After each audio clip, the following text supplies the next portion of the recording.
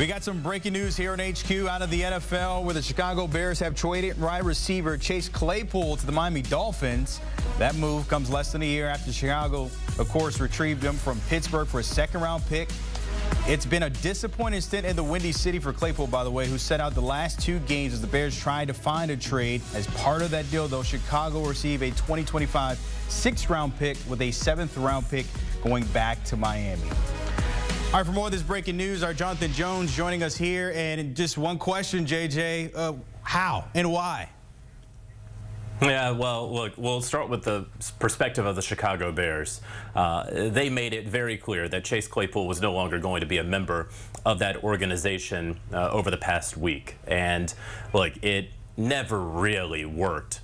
Let's go back to why they traded for Chase Claypool. Okay, you got to go back to last October, almost a year ago, Brandon, because this was a team that had Justin Fields. They had a new head coach, a new general manager, but they inherited the quarterback, and they wanted to see what Justin Fields could do with better wide receivers. And so they looked out into free agency in 2023 and said, gosh, there's really not going to be that many guys out there. Where are we going to be in the draft order in order to acquire a rookie next year? Do we want to wait that long? And so they said, let's go out and get Chase Claypool, who the Steelers, after 2.5 years, were clearly done with him. That should have been a trigger to the Chicago Bears, as it was to many other teams, that if the Steelers are done with a wide receiver, a seemingly talented wide receiver, maybe you shouldn't go out and try to get him. But they did, and they sent a second-round pick, and it was their second-round pick, and not the second that they got from the Baltimore Ravens in the Roquan Smith trade, because they had to outbid the Green Bay Packers, because they had to know what they had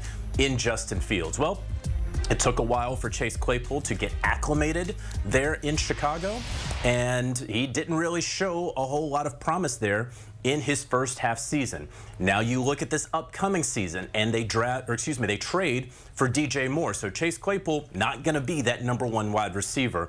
And really, from the jump this season, it became clear that he wasn't really interested in fulfilling his duties as a wide receiver of the Chicago Bears. Remember week 1, where he was very disinterested in running routes where he knew the ball was not coming to him. He was lackadaisical in blocking downfield, again, when the ball was not coming his way. And then, of course, right before the Week 4 game, his reporters surrounded him at his locker, and they had asked, hey, do you feel that you're being used in the right way here? He said no and kind of laughed and smirked. Well, the Bears told him, hey, bro, stay home. And frankly, Brandon, everyone that I'd spoken to around the league anticipated the Bears would have to cut him, because who in their right mind would go out and trade for Chase Claypool? Well, we're talking about a late-round pick swap, not in 2024, but in 2025 for the Miami Dolphins to acquire the big target from Chicago. And we just witnessed last night the Bears obviously did not need him. What we saw with DJ Moore did last night, 230 and 3 touchdowns there from Justin Fields. So it pans out for them in that portion. Back to the Dolphins, though. Look, I understand they lost last week to the Bills, but we're just 2 weeks removed when they put up 70, and Waddle wasn't on the field, and you still got Tyreek Hill and others there. When we talk about need for speed, where does he kind of fit here with the Dolphins? So the Dolphins, you talk about all that speed, right? But where is the height, right? You have Robbie Chosen over there, who has kind of gone up and down from practice squad elevations to the active roster.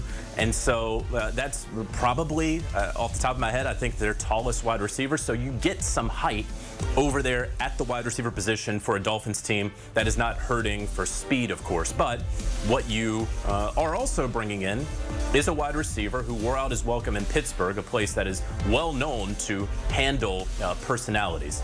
A place in Chicago where, you know, a team that was winless, who could use a wide receiver, who said, stay home. We'll lose without you. We'd rather win without you and lose without you. And so now he goes to a third team in the Miami Dolphins.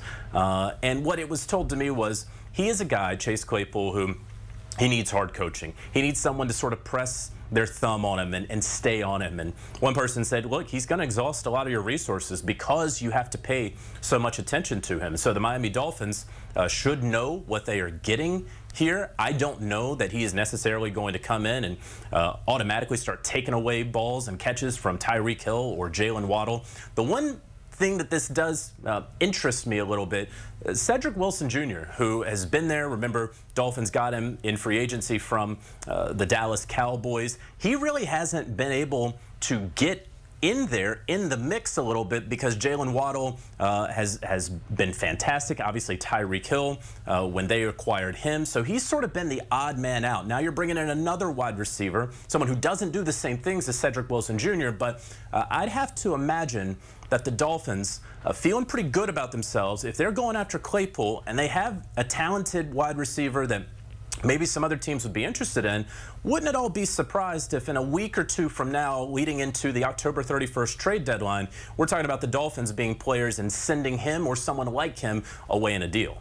Chase Claypool will have to trade in his bubble jacket for some flip-flops as he heads down to South Florida now with the Dolphins. Jonathan Jones, appreciate you on that breaking news. Claypool leaving Chicago and heading to the Dolphins. Take a look at those numbers there, by the way, when you talk about the Fins. Look, they can put up points, and we've seen that so far through the first 4 games. Yes, they came off that loss against the Bills, but remember, they put up 70 not too long ago. Most total yards in the first 4 games. We haven't seen that type of number since, the Dallas Cowboys in 2020, just checking in 2 yards short, or actually about 6 yards short there in the NFL.